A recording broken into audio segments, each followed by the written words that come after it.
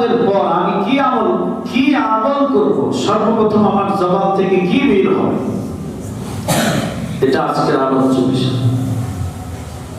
নামাজ শেষ করি কি আমি বলবো যে এই ফ্যানটা অযথা ঘুরছে?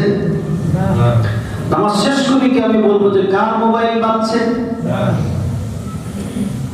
শুধু এই মসজিদের না, বিভিন্ন জায়গায় গেলে যে কত কিছু ঘটে।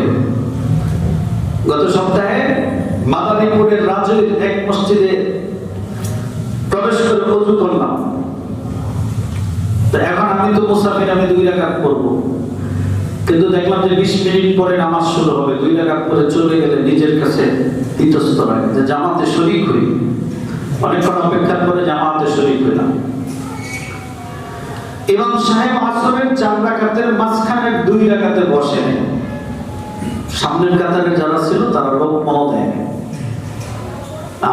আমি সম্ভবত 2 নম্বর কাতারের ওই রকম কোনাইছি, এমনি লম্বা মসজিদ।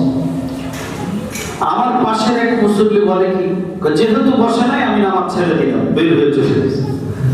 যখন এটা কি কোনো সিস্টেমের মধ্যে পড়ে? আচ্ছা, সামনে যারা ছিল এরা 2য় রাকাতে লোকমা দিতে ভুলে গেছে। এখন আবার এরা ভাবছে যে আগের রাকাতে লোকমা না দিয়ে ভুল করছে, 3 নম্বর রাকাতে আর এই ভুল করা যাবে না। ওই সময় আবার বল দিয়ে লোকমা দেওয়া আরম্ভ করছে। ইমাম সাহেব বসলেন, আরেক ঝামেলা হয় কিনা। তো ওই সময় ইমাম সাহেব বসে নাই, মাশাআল্লাহ। সালাম ফেরানোর পরে তো মেইন রোডের সাথে ঢাকা বরিশাল হাইওয়ে রোডের সাথে মসজিদ, মেইন রোডের সাথে মসজিদ হলে তো অধিকাংশ লোক 1 রাকাত 2 রাকাত পায় না, ঠিক না? এই যে মানুষের বয়ান শুরু হয়েছে এক একজনের, পরে আমি দাঁড়ায় বললাম যে 1 মিনিট কথা শুনেন। নামাজের মাঝখানের বৈঠকটা তো ওয়াজিব। এই যে মিস করছে, ওয়াজিব মিস করলে কি দিতে হয়? সাজদা দিতে হয়, সহজ হিসাব। তাহলে 3 নম্বর রাকাতে লোকমা দিল কেন? আমি যে 3 নম্বর রাকাতে লোকমা দেওয়া কি ইমাম সাহেবের বিষয় নাকি মুসল্লিদের বিষয়?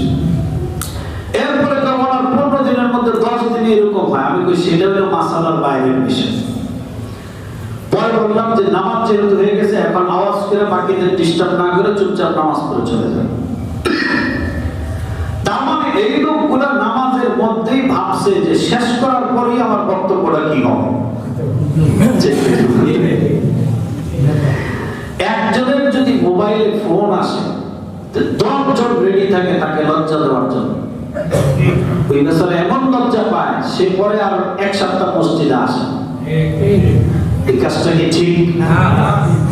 আপনি উদাহরণস্বরূপ আমাদের এই মসজিদটা যদি বন্দর রেল লাইন হইতো, তাহলে বড় বড় গভর্নমেন্ট ট্রাক আসা যাওয়া করলে এগুলোর হাইড্রোলিক হরেন বাঁচত কিনা বলেন? তাহলে মোবাইলের আওয়াজ কি হরেনের আওয়াজের চেয়ে বেশি? আপনি যখন লঞ্চে জামাত পড়েন, ট্রেনে যখন আপনি নামাজ পড়েন, ট্রেনের আওয়াজ কি মোবাইলের আওয়াজের চেয়ে কম না? তাহলে একজন মানুষের মোবাইলে আপনার এত ক্ষতি হয়ে গেছে যে 10 জনে মিলে তাকে লজ্জা দিতে হবে। আমি মনে বুঝাই দিতে পারি। এই যে এখন শীতের দিনে সব বিপদন নীরবতা, এর মধ্যে কিন্তু একটা আওয়াজ হইতেছে আস্তে করে, খেয়াল করছেন? তো নামাজের সময় তো এই আওয়াজটা হবে। তো এই আওয়াজে যদি ডিস্টার্ব না হয়, তাহলে মোবাইলের আওয়াজে মানে এটা হচ্ছে আমি একজনকে একটু রোস্টিং এর সুযোগ পাইলাম, তো রোস্টিং করে দিলাম। এটা পরিত্যাগ করা উচিত আমাদের। হ্যাঁ, কারো মোবাইলে যদি সোনাবন্দর গান বাজে উঠে, ওইটা আপত্তিজনক। কারণ মুসলমানের মসজিদ হোক আর মসজিদের বাইরে হোক, একজন নামাজি ব্যক্তির মোবাইলে গানের রিংটোন থাকতে পারে। কিন্তু এছাড়া স্বাভাবিক যে রিংটোন গুলো আছে, এইগুলো যদি ভুলে কারো বেজে যায়, অনেক বয়স্ক বাবারা আছে যারা নামাজের মধ্যে সাইলেন্ট করাও জানে না এবং বন্ধ করাও জানে না, বারবার চেষ্টা করতে থাকে। বারবার কি করতে থাকে? আল্লাহর ভয় না মানুষের কথার ভয়? নামাজ ভঙ্গের কারণে একটা আছে আমলে কাসির করা, অর্থাৎ এমন কাজ করা যেই কাজটা একজন দর্শক দেখলে মনে হয় যেন সে নামাজের মধ্যে নাই, তাহলে নামাজ ভেঙে যায়। তাহলে আমার আপনার কথার ভয়ে অনেক মুরব্বী আছে এরকম মোবাইল চাপতেই থাকে, আছে না নাই? আছে। শরীয়তের মূল বিষয়টা কি? যেই জিনিসটাকে যেইভাবে পালন করা উচিত ওইভাবেই পালন করা উচিত। আল্লাহ রাসূলের উপস্থিতিতে গ্রাম্য বেদুইন সাহাবী এসে মসজিদে প্রস্রাব করে দিয়েছে। সাহাবায়ে কেরামের চোখ ছানা বড় হয়ে গেছে, বড় বড় হয়ে গেছে। আল্লাহর নবী বললেন, সাবধান, তোমরা তাকে প্রস্রাবের মাঝখানে বন্ধ করবে না। কারণ আল্লাহর নবী তো শুধু নবী না, দুনিয়ার সবচেয়ে বড় ডাক্তার। সুবহানাল্লাহ। নবীজি জানতেন যদি প্রস্রাবের মাঝখানে তাকে থামিয়ে দেওয়া হয় তার প্রভাব কিডনির উপরে পড়বে, এজন্য তাকে প্রস্রাব শেষ করতে দেওয়া হয়েছে। পরে প্রস্রাব অন্য সাহাবীদের মাধ্যমে পরিষ্কার করানো হয়েছে। সুবহানাল্লাহ। আর আমাদের যুগে কোন বয়স্ক লোক যদি একটু প্রস্রাব লিক হয়, নামাজের উপরে সব জমায়েত হয়ে যায়, তার ছেলেরে ডাকে, তোমার বাবারে আপাতত আইতে না করো, অর্থাৎ তাকে সামাজিকভাবে লজ্জা দেবে। ঠিক কিনা? আপনি না করার কথা না বলে তার ছেলেকে বলে, জুমার দিনে বসতে কষ্ট হয়, তাহলে প্যাম্পাসের ব্যবস্থা করে দাও, যাতে সে বিব্রত বোধ না করে। সেই তো তার বিবেক থেকে বুঝবে যে ঠিক আছে, আমার বাবাকে না দেওয়া উচিত। অথবা এমন ভাবে বলা যায় পার্সোনাল একটা জায়নামাজ নিয়ে আসেন, যাতে এই ঘটনা ঘটলেও এটার মধ্যে কি হয়, মুসলমানকে লজ্জা না দেওয়াটা এটা বড় জরুরি কাজ। লজ্জা দেওয়াটা সুদের পর্যায়ে পৌঁছে, বুঝছেন? মুসলমানকে লজ্জা না দেওয়া। নবীর যুগে একাধিক সাহাবী বসে রয়েছে, ইজার লুঙ্গি, অনেক সময় ফ্লোরে পা উঠা বসলে লুঙ্গির নিচের পাট পড়ে যায়। ঠিক কিনা বলেন? আমাদের যদি সমবয়সী একসাথে এরকম হয় তাহলে এটা নিয়ে তিরস্কার আরম্ভ হয়। ঠিক কিনা বলেন? কিন্তু নবীজি যখন দেখছে একজনের এই ঘটনা ঘটছে, নবীজি বলছে, আমরা দীর্ঘ সময় বসে আছি, চলো একটু দাঁড়াই। সুবহানাল্লাহ। বলেন, দাঁড়ানো বসার পরে কি ওই আগের হালত ছিল না, ওটা চেঞ্জ হয়ে গেছে? তারপরেও কোন মুসলমানকে লজ্জা দেয় নাই। আর আমাদের হালত, মিম্বর থেকে একটা বয়ান হলে বের হওয়ার সময় আরেকজনের খোঁচা দেয়, কি হুজুরের কথা কি লাগছে না, কি কিছু মানে লাগে না, এটা জোর করে লাগাই দিবে। আছে না নাই? আছে। এটা আপনি একটু মজা নিলেন, কিন্তু হুজুরের তো ক্ষতি হইল। হুজুরের তো একজন শত্রু বানানো। মেহেরবানি করে এগুলো করবেন, মুসলমানকে লজ্জা না দাও। তো এটা আসলো কোথেকে? ওই যে সালাম ফিরাইলে আমি কি বলবো? আলী ইবনে আব্বাস রাদিয়াল্লাহু তাআলা আনহু أنهما قال أعرف انقضاء صلاة رسول الله صلى الله عليه وسلم بالتكبير। মনে করেন একটা মজলিসে, একটা খানকায়, একটা মসজিদে আল্লাহর নবী সালাত পাঠ করতেছেন। ইবনে আব্বাস বলে, নবীর নামাজ শেষ হয়েছে কিনা এটা কেমন করে আমরা বুঝবো? নামাজ শেষ হইলেই নবী বলতেন আল্লাহু আকবার, সুবহানাল্লাহ। কাজটা কানে আসলে বুঝলাম নবীর নামাজ শেষ।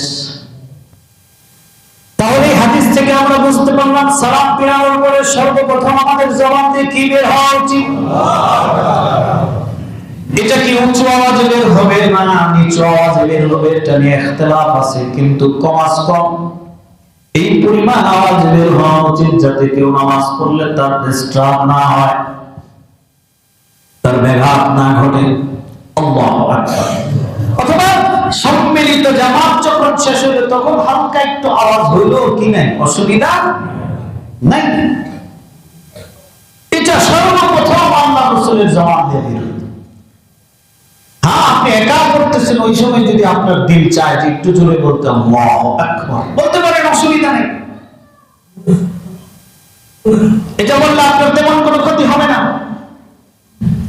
আরেকটা হাদিস ওয়ান আয়েশা রাদিয়াল্লাহু তাআলা আনহা আন্নাহা ক্বালাত লা ইয়াকুমু বা'দা আস-সালাতি ইল্লা বিqada'a আল্লাহুম্মা আনতাস সালাম ومنك السلام تباركت ربنا وتعاليك يا ذا الجلال والإكرام. এটা পাঠ কর। হাদিসের কিতাবগুলোতে একটা অধ্যায় আছে বাবু যিকরি বা'দাস সালাত, নামাজের পরের জিকির, নামাজের পরে। তাহলে আল্লাহুম্মা আনতাস সালাম ওয়া মিনকাস সালাম, আল্লাহ শান্তির জায়গা তো তুমি তো আমাদেরকে শান্তি দাও। তাবারাকতা রব্বানা ওয়া তাআলাইকা ইয়া যাল জালালি ওয়াল ইকরাম, আল্লাহ দুনিয়ার সব কিছু তো তুমিই দান করো। বান্দা নামাজ শেষ করে যদি এটা বলে আল্লাহ খুশি হবে কি? হবে, খুশি হবে কিনা? তারপরে আবার একটা হাদিস আসছে, বলে আপনার شعبة أن النبي صلى الله عليه وسلم كان النبي صلى الله عليه وسلم يقول في دبر كل صلاة لا إله إلا الله وحده لا شريك له له الملك وله الحمد وهو على كل شيء قدير. আল্লাহ তুমি ছাড়া কোনো ইলাহ নাই, তোমার কোনো শরীক নাই, তোমার কোনো অংশীদার নাই, সব কিছুর ক্ষমতা কার হাতে? এটা বলার পরে এবার বান্দা বলবে আল্লাহুম্মা লা মানিআ লিমা আ'তাইতা, আল্লাহুম্মা বলেন লা মানিআ লিমা আ'তাইতা। কত সুন্দর অর্থ, আল্লাহ তুমি যদি আমাকে কোটি কোটি টাকা দেওয়ার ইচ্ছা পোষণ করো, দুনিয়ার কেউ বাধা দিতে পারবে না। তুমি যদি আমাদের সম্মান আর ইজ্জত দিতে চাও, দুনিয়ার কেউ বাধা দিতে পারবে না। ওয়ালা মুতি লিমা আ'তাইতা, আল্লাহ তুমি যদি না দিতে চাও, দুনিয়ার কেউ আমার কিছু দিতে পারবে না। কত কঠিন কথা। আল্লাহ যদি কাউকে সম্মান দিতে না চায়, টাকা দিতে না চায়, পয়সা দিতে না চায়, ক্ষমতা দিতে না চায়, দুনিয়ার কেউ দিতে পারবে না। ওয়ালা ইয়ানফাউযাল জাদ্দি মিনকাল জাদ, তুমি কারো অপকার করতে চাইলে, কারো মাল, ক্ষমতা, ধন দৌলত তাকে উপকার করতে পারবে না। তাহলে আরেকটা দোয়া পাইলাম, আরেকটা একটা পাইলাম আল্লাহু আকবার, একটা পাইলাম আল্লাহুম্মা আনতাস সালাম, একটা পাইলাম লা ইলাহা ইল্লাল্লাহ ওয়াহদাহু লা শারীকা লাহু, একটা পাইলাম আল্লাহুম্মা লিমা লা মানিআ লিমা আ'তাইতা ওয়া লা মু'তি লিমা মানিআ ওয়া লা ইয়ানফাউকা যাল জাদ্দি মিনকাল জাদ। যে আল্লাহ কারো ক্ষতি করতে চাইলে দুনিয়ার কোন অর্থ, মাল, টাকা পয়সা তাকে উপকার করতে পারবে না। এবার প্রশ্ন হলো, হুজুর আমাদের দেশে তো এই আমলগুলো আমরা করি না, আমরা শুধু অপেক্ষায় থাকি ইমাম সাহেব কখন মোনাজাত করবে, ঠিক কি না বলেন? এটার উত্তর আছে, কিন্তু যেইভাবে আমরা এটার গুরুত্ব দিই, এইভাবে গুরুত্ব দেওয়া ঠিক না। এ পর্যন্ত কোন হক্কানি আলেম বলে নাই যে কেউ মোনাজাত না দিয়ে সুন্নতে দাঁড়াবেন না, এটা বলে। তার মানে কি বোঝা যায়? এটা নামাজের কোনো অংশ না, নামাজের কোনো অংশ না। তাহলে প্রশ্ন, হুজুর তাইলে এটা যে আবিষ্কার হয়েছে, এটা তো আমরা কমিটির লোকেরা করি নাই, আপনারাই করছেন। নবীজিকে সাহাবী বলে, ও আল্লাহর নবী, আইয়ুদ দুআই আসমাউ, কোন সময়ের দোয়াটা আল্লাহ বেশি শোনে? আল্লাহর নবী বলেন, দুআ জাওফাল লাইলিল আখির, শেষ রাত্রের দোয়া আল্লাহ পাক বেশি শুনে। সুবহানাল্লাহ। ওয়া বা'দা সালাতিন মাকতুবাতিন, আর ফরজ নামাজের পরের দোয়া আল্লাহ বেশি শোনে। ওই হিসাবে আমরা নামাজের পরে দোয়া করি, কিন্তু দুনিয়ার কোন হক্কানি আলেম এটাকে জরুরি বলে না, জরুরি বলে না। জরুরি মনে করলে বেদাত হবে, জরুরি মনে করলে জরুরি মনে করে কি করে না এটা বোঝার জন্য ইমাম সাহেবের উচিত সপ্তাহে 2-1 বার মোনাজাত ছাড়া উঠা চলে যাওয়া। যদি মানুষ চিল্লাচিল্লি করে বুঝতে হবে ওরা এটাকে জরুরি মনে করে আর ওদের জন্যই মোনাজাত বেদাত হয়, ঠিক কিনা বলেন? অনেকে বলবেন যে হুজুর কি নতুন করে আহলে হাদিস হয়ে গেল নাকি? এই একটা সমস্যা, কারণ মতের বিপক্ষে গেলেই মানুষ তার কোনো একটা দলের সাথে জুড়ে দেয়, ঠিক কিনা বলেন? এই জন্যই আপনাদের সামনে একটা কিতাব, হাদিসের কিতাব, যিকরু বা'দাস সালাত, নামাজের পরে যত জিকির আছে এর মধ্যে একটাও নাই যে এইভাবে সাথে সাথে হাত উঠাইতে হবে। তবে এই বাবের মধ্যে, এই অধ্যায়ের মধ্যে একটা ওই হাদিসটা আছে যে কোন সময় বেশি দোয়া কবুল হয়। রাসূল উত্তর দিছে শেষ রাত্রে আর ফরজ নামাজের পরে। তাহলে এই হিসাবে নামাজের পরে দোয়াও আছে। তো দোয়াও যেমন আছে, আরো অন্যান্য যেগুলো বলতেছে ওইগুলোও তো আছে। ওইগুলোতে আপনি এরকম কম্পালসারি মনে করেন না, ওইগুলোকে এত কম্পালসারি মনে করেন, আহা ওইগুলোতে এত জরুরি মনে করেন না আপনি।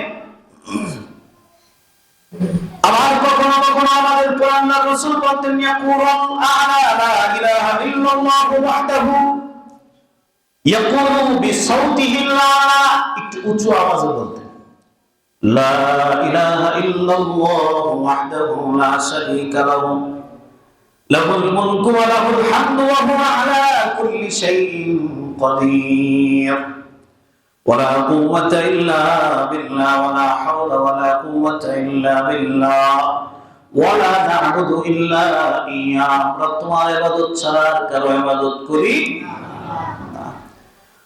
লাহুল নি'মাতু ওয়া লাহুল ফাদলু, তোমার নিয়ামত আমাদের জন্য, তোমার দয়া করম, তোমার ফজল এগুলো আমাদের জন্য। ওয়া লাহুস সামাউল হাসান, আল্লাহ যত সুন্দর সুন্দর প্রশংসা আছে সব তোমার জন্য। লা ইলাহা ইল্লাল্লাহুল মুখলিসিনা লাহুদ্দীন ওয়ালাউ কারিহাল কাফিরুন, একমাত্র একনিষ্ঠ ধর্ম হচ্ছে ইসলাম, যদিও কাফেরদের কাছে অপছন্দ হয়। আল্লাহু আকবার। দেখবেন অনেক সচেতন ইমামরা ফরজ নামাজের পরে দোয়ার মধ্যে বলে আল্লাহুম্মা আনতাস সালাম ওয়া মিনকাস সালাম। আমরা এটাই বলি, কারণ এটা বললে যদিও মানুষ দেখতেছে হাত উঠেছে, প্রকারান্তে একটা হাদিসের উপর কি হয়ে গেল, আমল হয়ে গেল। কারণ নামাজে এটা করার কথা আছে না নাই? আছে। এজন্য একটা হাদিসের উপর আমল হয়ে গেল। আবার কখনো কখনো আল্লাহর নবী বলছেন আল্লাহুম্মা ইন্নী আউযু বিকা মিনাল জুবনি ওয়া আউযু বিকা মিনাল বুখলি, আল্লাহ তোমার কাছে আমি দুর্বলতা থেকে আশ্রয় চাই, তোমার কাছে আমি বখিল হওয়া থেকে আশ্রয় চাই। কি হওয়া থেকে? তার মানে বখিল হওয়া একটা মারাত্মক খারাপ গুণ। মারাত্মক কি গুণ? খারাপ গুণ। এটা বড় কথা, অন্যদিকে চলে যায়। একটা জিনিস মনে রাখেন, বড় ডাক্তার যদি বলে যে এই জিনিসটা খাওয়া যাবে, এই জিনিসটা খাওয়া যাবে না, ওইটা আমরা বেশি বিশ্বাস করি, ঠিক কিনা বলেন? আর যদি মহল্লার কোন ফার্মেসিওয়ালা বলে, ওইটাকে আমরা এত কি দেই না, গুরুত্ব। কোরআন যদি বলে যে এই জিনিসটা একটা মুসলমানের গুণ, তাহলে আমরাও ধরে নেব যে এটা একটা বড় গুণ, ঠিক কিনা বলেন? কোরআন যদি বলে, আল্লাহ কোরআন যদি বলে যে এই জিনিসটা বড় একটা দোষ, তাহলে আমরা ধরে নেব এটা বড় একটা। কোরআন কি বলে? ওয়াম্মা মান বাখিলা ওয়াস্তাগনা ওয়া কাযাবা বিল হুসনা, যারা বখিল হয়, যারা কি হয়, এবং আল্লাহর বিধিবিধানকে অস্বীকার করে, ফাসানুয়াসসিরুহু লিল ইউসরা, আল্লাহ বলেন তাদের জাহান্নামের পথটা সহজ হয়ে যায়। নাউজুবিল্লাহ। তাহলে ফরজ নামাজের পরে একজন মুমিন আল্লাহর কাছে দোয়া করবে আল্লাহুম্মা ইন্নী আউযু বিকা মিনাল জুবনি ওয়া আউযু বিকা মিনাল বুখলি, আল্লাহ আপনি আমাকে দুর্বলতা থেকে হেফাজত করেন, আপনি আমাকে কৃপণ হওয়া থেকে হেফাজত করেন, ওয়া আউযু বিকা মিন আরযালিল উমরি, আমাকে এত বেশি বৃদ্ধ হওয়া থেকে হেফাজত করেন, যত বেশি বৃদ্ধ হইলে বিবি, বাচ্চা, নাতি, নাতকুর, ছেলের সন্তান সবার কাছে দাম নষ্ট হয়ে যায়। একজন মানুষ 120 বছর বাঁচছে, তার ছেলে মেয়ে বৃদ্ধ হয়ে মরে গেছে, তার নাতিরা তার সামনে খাবার দিলে দিল, না দিলে নাই, একেবারে অবহেলার জীবন। এই জীবন থেকে আল্লাহর নবী পানা চাইতে শিখাইছেন। আল্লাহুম্মা বলেন, আল্লাহুম্মা ইন্নী আউযু বিকা মিন আযলিল উমার। আল্লাহ, চূড়ান্ত বার্ধক্যতা থেকে তোমার দরবারে পানা চাই। আমার আপনার হাবিব প্রায় যুবক অবস্থায় দুনিয়া থেকে চলে গেছে। ৬০, ৬২, ৬৫ বছরের একজন আরবের মানুষের কি আর তেমন বার্ধক্য আছে? সর্বোচ্চ ১৭-১৮টা চুলদারি পাকছে, এর মধ্যে দুনিয়া থেকে চলে গেছে। হ্যাঁ, বেশি হায়াত এটা নিয়ামত। মান তালা উমরুহু ওয়া হাসুনা আমালুহু। দীর্ঘদিন একজন দুনিয়ায় বেঁচে আছে, ইবাদত বেশি করতেছে, এটা নিয়ামত। কিন্তু ওই লেভেলের বার্ধক্য, যেই লেভেলের বার্ধক্যতায় গেলে আমার পরিবার আমাকে বোঝা মনে করে। আমার পরিবার একজন বৃদ্ধ মানুষকে জিজ্ঞেস করে দেখবেন, অবহেলা কত দামি জিনিস, কত কষ্টের জিনিস। অবহেলা মানুষ সহ্য করতে পারে না। এই কষ্টগুলো পাওয়ার আগে একজন মুমিন, তো আমরা এটাই প্রত্যাশা করি, মুমিন মৃত্যুবরণ করলেই তো জান্নাতি ফ্যাসিলিটি পাওয়া যাবে। সুবহানাল্লাহ। তাহলে দুনিয়ায় এই ধরনের সামাজিক সাংসারিক অবহেলা হওয়ার শিকার হওয়ার থেকে আমরা আল্লাহর কাছে ভালো থাকবো, এটাই আমাদের বিশ্বাস। ঠিক কিনা বলে? এই দোয়া করবেন, আল্লাহ একেবারে শাইখে ফানি আরজালে ওমরে পৌঁছার আগে আগে তুমি আমাকে উঠায় নেবে। ওয়াউযু বিকা মিন ফিতনাতিদ দুনিয়া। আল্লাহ, দুনিয়ার ফিতনা থেকে আমারে তুমি বাঁচাইবা। ওয়াউযু বিকা মিন আযাবিল কবরি। আল্লাহ, কবরের আযাব থেকে তুমি আমারে বাঁচাইবা। আমিন বলে। আমিন। এই দোয়াগুলি করা। এরপরে একটা হাদিসের মধ্যে আসছে, মুহাজির সাহাবীরা নবীর দরবারে এসে বলল, সরকার, আপনার আনসার সাহাবীরা তো অনেক টাকা পয়সার মালিক, তারা তো অনেক কিছু দান করে, অনেক সদকা করে। আমরা কেমন করে তাদের মতো বেশি ইবাদত করতে পারি, বেশি সওয়াব কামাইতে পারি? নবীজি বলে, তোমরা একটা কাজ করবা, সব নামাজের পরে 33 বার সুবহানাল্লাহ, 33 বার আলহামদুলিল্লাহ, 34 বার আল্লাহু আকবার। আবার কোন হাদিসে আসছে 33 বার আল্লাহু আকবার বইলা 100 নম্বর মিলাবে, লা ইলাহা ইল্লাল্লাহু ওয়াহদাহু লা শারীকা লাহু, লাহুল মুলকু ওয়া লাহুল হামদু ওয়া হুয়া আলা কুল্লি শাইইন কাদির। আল্লাহ নবী বলেন, এটা যদি তোমরা পাঠ করো তাহলে লক্ষ লক্ষ কোটি কোটি টাকা দান করার চাইতে সওয়াব পেয়ে যাইবা। সাহাবীদের দ্বীনের ব্যাপারে কত ফিকির, সাহাবীদের আমলের ব্যাপারে কত ফিকির, কত চিন্তা। কিছুদিন পরে আবার আয়েশা বলে, ও সরকার, তারাও তো এই আমল শুরু করে দিছে। তাহলে এখন রেজাল্ট কি হইলো? তারা দানের দিক দেওয়া আগে, আবার আপনি আমাদেরকে শিখাইছেন, এটা তারাও শুরু করছে। এবার আল্লাহ রাসূল বলে, দেখো, ধন সম্পদ আল্লাহ পাক দেওয়া, এটার থেকে বান্দা দান করা, এটা আল্লাহর নিয়ামত, এটা হিংসা করার বিষয় না। আল্লাহু আকবার। কি স্পৃহা ছিল তাদের, কিভাবে একজনের থেকে আরেকজন আমলের ব্যাপারে আগায় থাকবো, এই স্পৃহা ছিল। আর আমাদের স্পৃহা কি? আরে অমুকের সোফা রোডটা দেখছি, সুন্দর ডেকোরেশন, আমারটা তো 8 বছর আগে করছিলাম, চেঞ্জ, সব পাল্টাই, জিপসাম চেঞ্জ কর, নতুন করে সেগুন কাঠ দিয়ে কর। এটা আমাদের প্রতিযোগিতা। আমার মোবাইলটা তো অনেকদিন হয়েছে, এখন তো লেটেস্ট অনেক মোবাইল চলে আসছে বাজারে, এটা মানতে। আর সাহাবায়ে কেরাম আমলের ব্যাপারে প্রতিযোগিতা করছে, যে কার থেকে কার আমল বেশি হয়, কে বেশি আমল করতে পারে। আর এক হাদিসে আল্লাহ রাসূল বলেন, যে ব্যক্তি 3 বার সুবহানাল্লাহ, 33 বার আলহামদুলিল্লাহ, আল্লাহু আকবার এগুলো পাঠ করবে, ফজর নামাজের পরে সূর্য ওঠার আগ পর্যন্ত যদি এগুলো পাঠ করে, আবার সূর্য ডোবার আগে মসজিদে চলে আসে, মাগরিবের আগ পর্যন্ত যদি এগুলো পাঠ করে, 4টা গোলাম ইসমাইলি বংশের 4টা গোলাম আজাদ করার সওয়াব পাবে। মোল্লা আলী কারি রাহমাতুল্লাহ আলাইহি লেখেন, ইসমাইলি বংশের 4টা গোলাম মানে আমার রাসূল ইসমাইলি বংশের। এই বংশের জন্য কারো জন্য দুনিয়ার কারো গোলাম হওয়া, কেউ তাদেরকে গোলাম বানাবে, এটা সম্ভব না। এটা কেমনে সওয়াব? মুহাদ্দিসিনে কেরাম বলেন, যদি দুনিয়ায় ধরে নেওয়া হইতো ইসমাইলি বংশের কোন গোলাম হয়, ওইটার দাম যদি কোটি কোটি কোটি কোটি মিলিয়ন ডলার হইতো, ওই রকম সওয়াব পাবে ওই বান্দা যে বান্দা ফজরের পরে দুনিয়াবি কথা না হইলা ইশরাক পর্যন্ত মাওলায়ে পাকের জিকিরে মশগুল থাকে। আল্লাহু আকবার। বিভিন্ন জায়গায় মসজিদের ইমামকে নিয়ম করে হুজুর আপনি ইয়াসিন পড়বেন, আমরা শুনব। এই কথাগুলো অনেকের কাছে ভালো লাগবে না। বলেন তো, এই যে এত হাদিস বলা হইতেছে, এই পদ্ধতি আছে নাকি কোথাও? আপনি আপনি নিজে বৈশা বৈশা সুবহানাল্লাহ পড়ে ইশরাক করে বের হইলে আরেক হাদিস আছে, তাম্মাতুন তাম্মাতুন তাম্মাতুন, পরিপূর্ণ একটা উমরা সওয়াব আল্লাহ পাক দিয়ে দেন।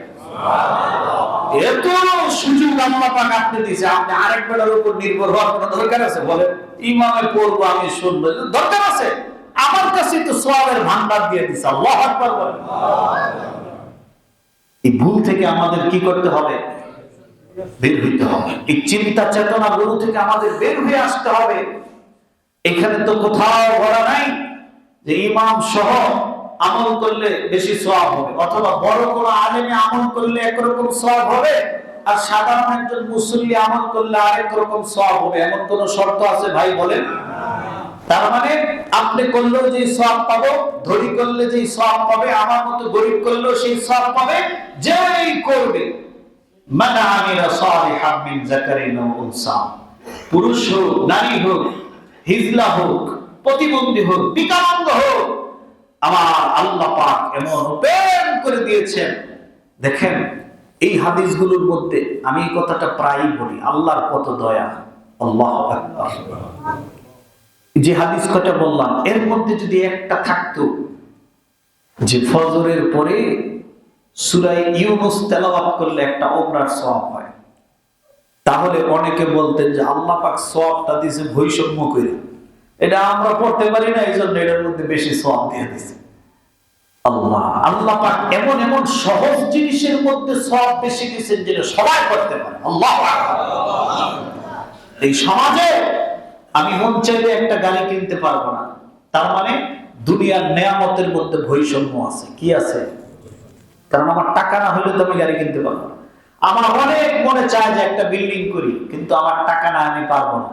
তার মানে দুনিয়ার নিয়ামত ভোগ করার ক্ষেত্রে আমি বৈষম্যের শিকার, কিন্তু আমার আল্লাহর নিয়ামত ভোগ করার ক্ষেত্রে আমি বৈষম্যের শিকার না। আল্লাহু আকবার।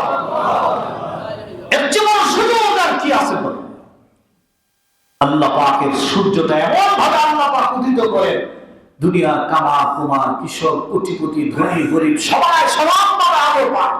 আল্লাহ পাক বৃষ্টি দিলে এমন ভাবে দেয় সবার উপরে বৃষ্টি বর্ষণ হয়। আল্লাহ পাক অক্সিজেন দিলে এমন ভাবে দেয় সবাই সেটা পায়। যদি এমন হতো বড় লোক বেশি অক্সিজেন নিতে পারবে টাকার বিনিময়ে, গরিব কম অক্সিজেন নিতে পারবে, তাহলে মানুষ কষ্টে ভুগতো, মানুষ দুনিয়ায় টিকতে পারতো না। আমার আল্লাহ নিয়ামত, বড় বড় নিয়ামত গুলোকে আল্লাহ পাক ওপেন করে দিয়েছে। অনেকের বিশ্বাস হয় না যে এই আমল করলে এত সওয়াব। আরে ভাই, দুনিয়ায় যে আপনাকে আল্লাহ পাক আপনার গাড়ি বাড়ি এর চেয়ে বড় নিয়ামত আল্লাহ ফ্রিতে দিছে, ওইটা বিশ্বাস হয় কেমনে? ওইটা গ্রহণ করতেছেন? প্রতি মিনিটে একজন মানুষ কত ঘনফুট ঘন লিটার অক্সিজেন গ্রহণ করে? বলে প্রতি ঘন্টায় কত, প্রতিদিনে কত অক্সিজেন আমরা ফ্রি পাই না, টাকা না কিনি? তার মানে কি অক্সিজেনের দাম কম? না।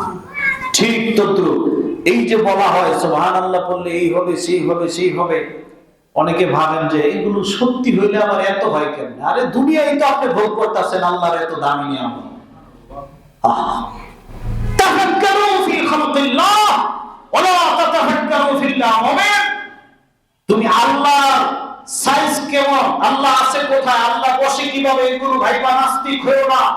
তুমি আল্লাহর সৃষ্টিকে নিয়ে ভাবো, আল্লাহর নেয়ামত রাজিকে নিয়ে ভাবো, তুমি আল্লাহকে পেয়ে যাবে, আল্লাহকে পেয়ে যাবে। তাহলে আমরা নামাজের পরে এই আমলগুলো সব তো আর পারবো না, কিন্তু যেগুলো পারবো এগুলো করবো তো ইনশাআল্লাহ।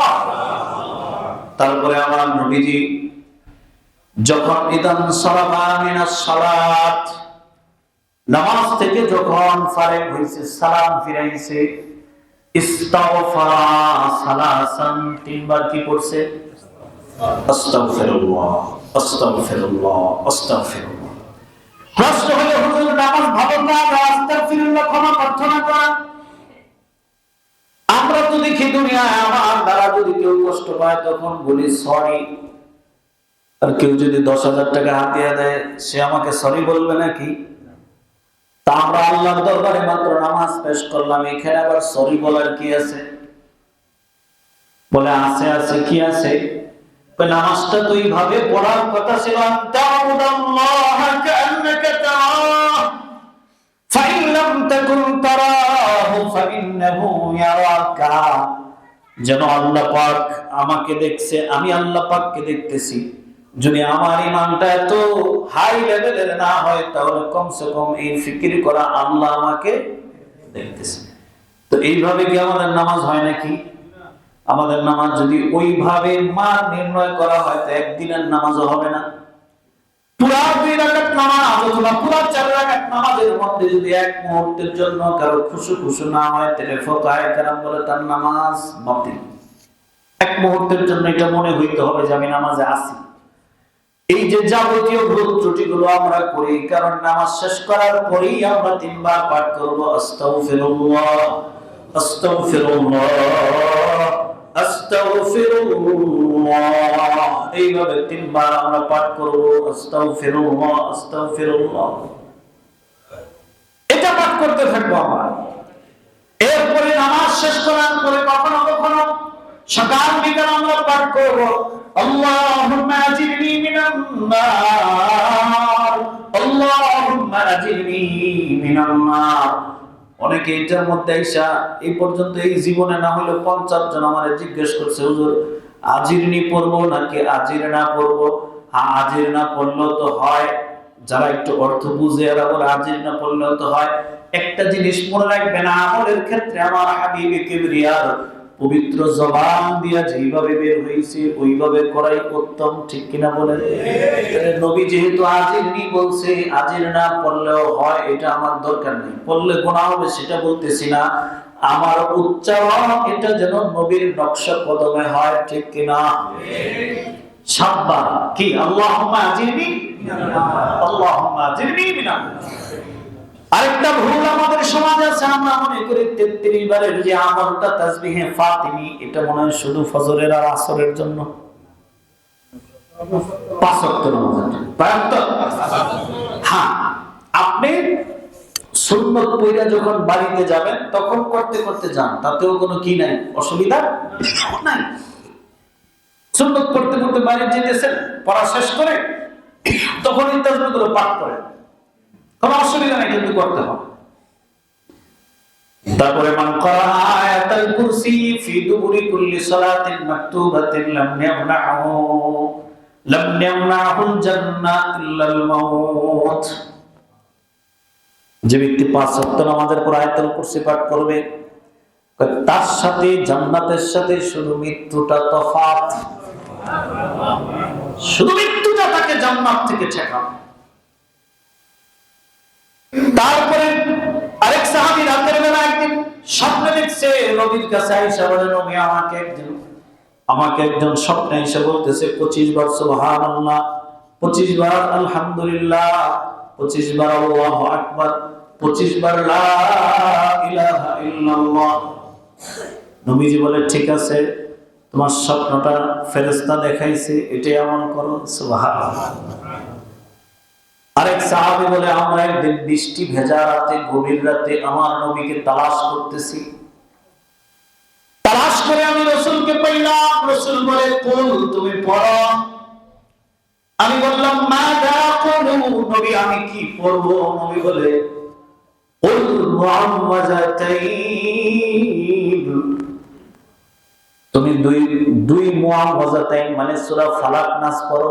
সুবহানাল্লাহ। তার মানে ফালাক নাস নামাজের পরে পড়া এটাও সওয়াবের কাজ। এরপরে নবীজি বলেন কুল হুয়াল্লাহু আহাদ সালাসান, কুল আউযু বিরাব্বিল ফালাক, কুল আউযু বিরাব্বিন নাস মানে মুআওয়াযাতাইন সালাসান। এই তিনটা সূরা তিনবার পড়ো। তুকফিকা মিন কুল্লি শাই, এটা তোমার সব কিছুর জন্য, সারাদিনের সব কিছুর জন্য যথেষ্ট হয়ে যাবে। আরেকটা আমল বলে শেষ করি। সকালবেলা 3 বার, ফজরের পরে, মাগরিবের পরে 3 বার বিসমিল্লাহিল্লাযী লা ইয়াদুররু মা ইসমিহি শাইউন ফিল আরদি ওয়ালা ফিস সামাই ওয়া হুয়াস সামিউল আলীম। 3 বার। ওই দিন মৃত্যু ছাড়া আর কোন বিপদ বান্দাকে স্পর্শ করবে না। একটা মজার ঘটনা শোনাবো। এই হাদিসটা যে সাহাবী বলতেছে একজন তাবিঈর কাছে, ওই সাহাবীর প্যারালাইসিস, মানে এক হাত এক পা অবশ। আমি যদি বয়ানে বলি যে পাগড়ি বাঁধলে, পাগড়ির মধ্যে এমন বরকত রাখছে আল্লাহ তাআলা যে পাগড়ি বাঁধলে তো চেহারা ঘামে না, এই কথাটা বলার সাথে সাথে অনেকে তিরস্কারের হাসি হাসবে। হুজুর আপনি ঘামে ভিজে রয়েছেন, আবার কইতেছেন চেহারা ঘামে না, বলবে কিনা বলেন? অথবা আমি যদি বলি যে আমার কাছে এই ট্যাবলেটটা আছে, এটা খাইলে স্বাস্থ্য একেবারে স্লিম হয়ে যায়, এটা বললেই অনেকে লজ্জায় হয়তো বলবে না, বা আমি লজ্জা পাবো এই কারণে, কিন্তু মনে মনে ভাববো হয় এর লেগে তো আপনার চেয়ারে জায়গা হয় না, বলবে কিনা বলেন? এটা বলবে। তো সাহাবী বলতেছে যে যে 3 বার এই দোয়া পাঠ করবে মৃত্যু ছাড়া তার অবশ্যই আসবে না, কিন্তু এই সাহাবী হয়ে গেছে কি, এবং যার কাছে বলতেছে সে ভাবতেছে যে এই এত দোয়া জানেন তো আপনার প্যারালাইজড হলো কিভাবে, মানে মনে মনে ভাবতেছে। সাহাবী বলে থাক, তোমার মনে মনে ভাবার দরকার নাই, আমি ক্লিয়ার করে দিই। আল্লাহু আকবার। কি ক্লিয়ার? যেই দিন আমার প্যারালাইজড হয়েছে ওই দিন এই দোয়া করতে আমি ভুলে গেছিলাম। আল্লাহু আকবার। তার মানে সাহাবীর ঈমান ওই লেভেলে যে যেদিন আমার প্যারালাইজড হয়েছে ওই দিনও যদি আমি এই দোয়াটা পাঠ করতে পারতাম তাহলে এটা হইতো না। সুবহানাল্লাহ। কি মজার ঘটনা আছে। আল্লাহু আকবার। তো আজকে তো মোটামুটি যেগুলো বলছি এগুলোর মধ্যে আমরা যেগুলো সহজ, সবাই তো আর সবগুলো পারবো না, কিন্তু যেগুলো সহজ আছে এগুলো মনে রেখে আমরা নামাজের পর কি করতে থাকবো, আমল করতে থাকবো ইনশাআল্লাহ। আরেকটা জিনিস, মাঝে মাঝে যদি কোনো মসজিদে দেখেন যে দোয়া পরিত্যাগ হয়েছে, হয় না, তাহলে আজকের বয়ান থেকে কি বোঝা গেছে? 3 জন প্রতিবাদ করতে দাঁড়ায় যাবেন না? কি বোঝা গেছে? যে এটা জরুরি কিছু না, জরুরি হইলো যা বললাম এই সব আমলগুলো হচ্ছে জরুরি। আফসোস আমার দেশে অনেক ভুল বুঝাবুঝি আছে। কোথায় লাইলাতুল কদর 1 রাত 1000 মাস থেকে উত্তম, আর কোথায় শবে বরাত? একটা কোরআন দিয়ে প্রমাণিত আর একটা হাদিস দিয়ে প্রমাণিত। যেটা কোরআন দিয়ে প্রমাণিত ওই দিন সারা রাত মানুষ জাগে না, আর যেটা ওইটার থেকে অনেক দুর্বল, অনেক মানে হালকা, ওই দিন হালুয়া আতশবাজি যত রকমের আছে সব করে। ঠিক কিনা বলেন? এই জায়গায়ও এই হাদিসগুলো হচ্ছে মাজলুম হাদিস, মাজলুম আমাল। কি আমল? মানে এগুলোকে যেই পর্যায়ের প্রায়োরিটি দেওয়ার দরকার ছিল ওইটা আমরা দিই না, আমরা অন্যগুলোকে প্রায়োরিটি দিই। আল্লাহ তাআলা আমাদেরকে সহি কথা বুঝার বলার তৌফিক দান করুন, আমিন, এবং সকলকে আমল করার তৌফিক দান করুন। ওয়া আখিরু দাওয়ানা।